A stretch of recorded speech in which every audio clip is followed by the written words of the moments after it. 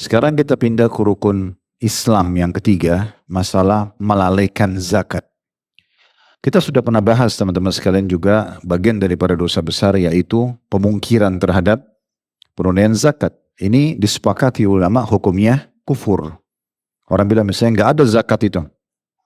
Dia mau hapus ya dari syariat Allah SWT, ini kufur.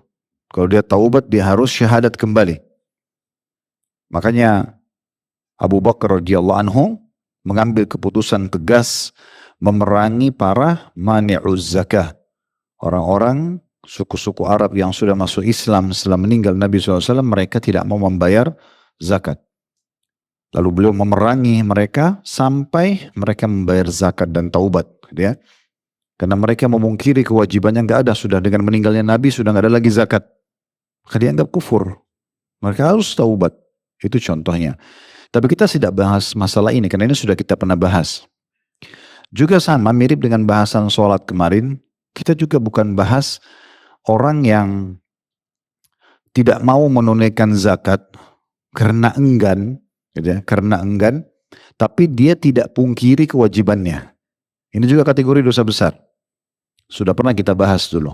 Ini masuk bersamaan bahasanya dengan tadi orang yang ingkari kewajiban zakat. Kalau itu tadi sampai kufur, kalau yang kedua tadi adalah dosa besar. Tapi kita mirip dengan bahasan sholat lebih peka. Orang yang melalaikan zakatnya. Dia tidak pungkiri hukumnya. Ya kan? Dia juga ada keinginan untuk bayar zakat. Tapi mirip sholat tadi. Udahlah nanti aja. Sampai akhirnya lewat masa haulnya. Masa penentuan yang harus keluarin zakat. Tanpa punya uzur. Dan bertumpuk bahkan akumulasi sampai sekian tahun. Di sini dia dosa.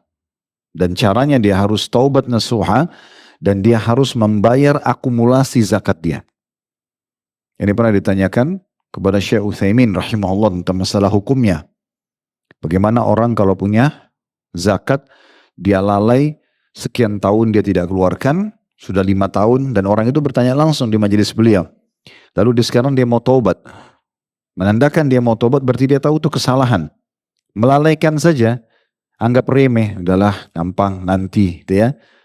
Lalai namanya. Beda ini ya, lebih ringan daripada dua hukum yang tadi, tapi ternyata juga dia masuk dalam kategori dosa. Maka kata beliau, rahimahullah, tetap harus taubat nasuha kepada Allah Subhanahu Wa Taala, plus dia harus tetap menunaikannya. Kalau zakat mal yang biasa dia keluarkan 10.000 real per tahun, maka diakumulasi.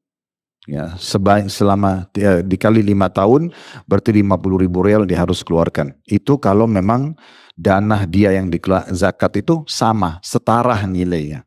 Seperti itulah ya. Tapi bukan pendapat beliau yang kita jadikan sebagai hukum. Tapi hadis ini. Saya bacakan dulu hadisnya. Hadis yang diriwayatkan oleh Bahz bin Hakim. Dari ayahnya, dari kakeknya. Jadi kakeknya adalah sahabat Nabi ya. Dikatakan bahwasanya ditukil bahwasanya Nabi SAW bersabda fi kulli sa'imati ibilin fi arba'ina bintu labun wala yafruq iblun an hisabiha man a'taha muta'ajjizan ya. Qala Ibnu Ala mu'tajiran biha falahu ajruha wa man mana'aha fa inna akhiduha wa syatra malik azmatan min azamati Rabbina azza wa jal laisa li ali Muhammadin minha syai'.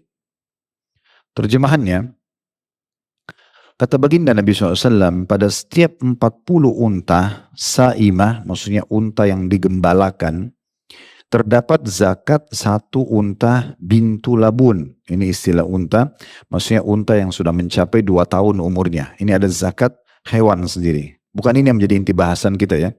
Tapi kalau ada orang punya peternakan unta, sudah 1 tahun, untanya mencapai 40 ekor, maka dia mengeluarkan zakatnya dari jenis unta itu, bintu labun atau yang sudah umur 2 tahun. Tentu kalau kita bicara masalah zakat unta ini, kalau seseorang punya 5 ekor unta saja, 1 tahun dia ternak, maka sudah harus kena zakat. Walaupun yang dia keluarkan 1 ekor domba. Tapi kalau dia sampai akumulasi sampai 40 ekor, maka dia keluarkan unta di situ ya.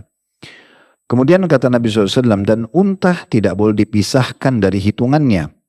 Barang siapa yang membayar zakat karena mengharapkan pahala, nah ini saksi bahasan mulai di sini nih. Barang siapa yang mengeluarkan zakat karena mengharap pahala, maka baginya pahala. Dan barang siapa yang enggan membayarnya, maka kami akan mengambil zakat tersebut, juga mengambil setengah hartanya sebagai kewajiban di antara kewajiban-kewajiban Allah Azza wa Jal, dan keluarga Muhammad tidak berhak sedikit pun dari harta zakat tersebut. Hadis ini diriwayatkan oleh Abu Daud, An-Nasai, Ahmad dan juga Al-Hakim. Jadi teman-teman sekalian, supaya sedikit kita tambahkan informasi, Hakim di sini perawi hadis ya, atau Bahz bin Hakim tepatnya. Beliau ini seorang perawi yang memang diperselisihkan oleh para ulama tentang kedudukannya. Ada yang mengatakan, tapi umumnya disepakati hadisnya diambil, dicatat. Tapi ada sebagian yang mengatakan cukup diambil tapi tidak dinukil, tidak disampaikan lagi. Tapi kami tidak akan mengangkat ya, pendapat-pendapat ulama yang berselisih yang mengatakan beliau tidak diterima atau tidak dinukil hadisnya.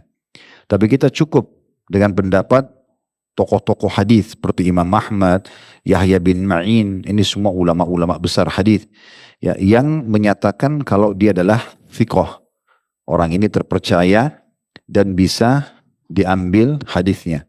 Sementara Imam Ahmad, Yahya bin Ma'in tentu lebih tinggi secara ilmu daripada Ibnu Hibban. Sementara Ibnu Hibban yang sedikit menolak hadis daripada ya orang ini, ya begitu ya.